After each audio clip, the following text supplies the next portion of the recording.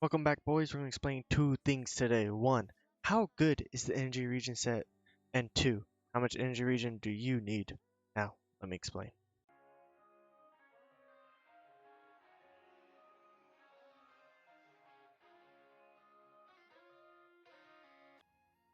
Now, starting with the Moonlit Clouds, otherwise known as the energy region set. When I first started Wuthering Waves, I severely underestimated this set.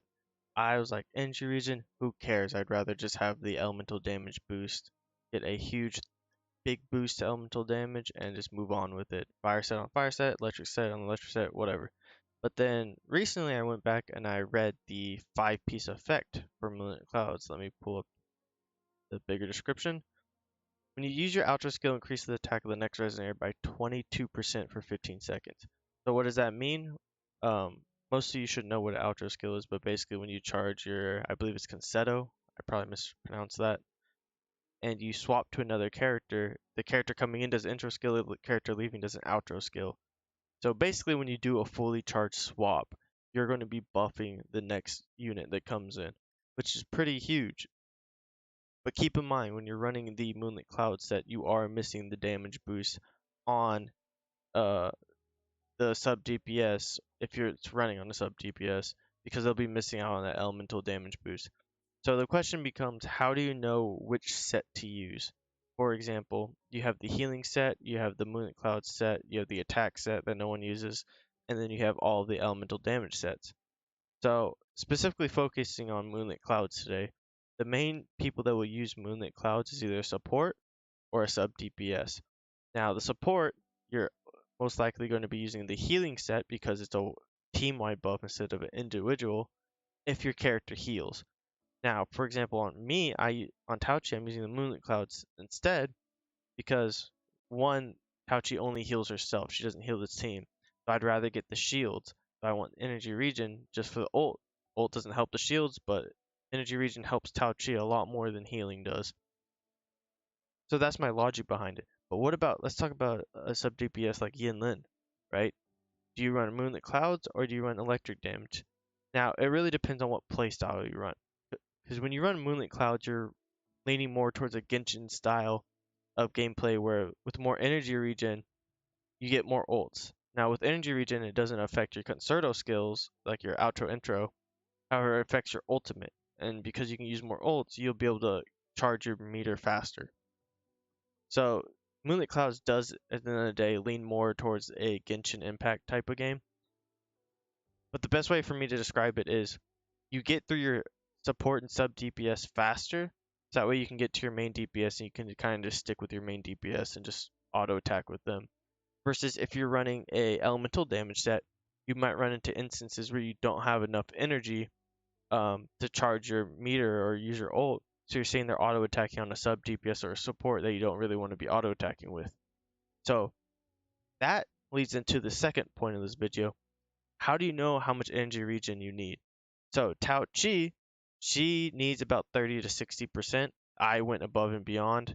I went to 192, and I'll have a separate video from how I built my Tao Chi. Same thing with Chisia. She wants a lot of energy regen because most of her damage comes from her ult.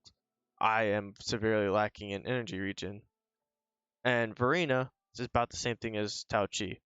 Now, keep in mind, it is case by case basis because there's characters like Sanhua, for I don't know why, but she charges her meter very fast. Now I do have 151 energy regen. I did not actively choose to go energy regen because most people run 0% energy regen on Sanhua. I just happen to get a lot of energy regen on my substats down here. So, hey, if you can get more energy regen than you actually need, hey, fuck it, why not? But how do you actually find out how much energy regen you need?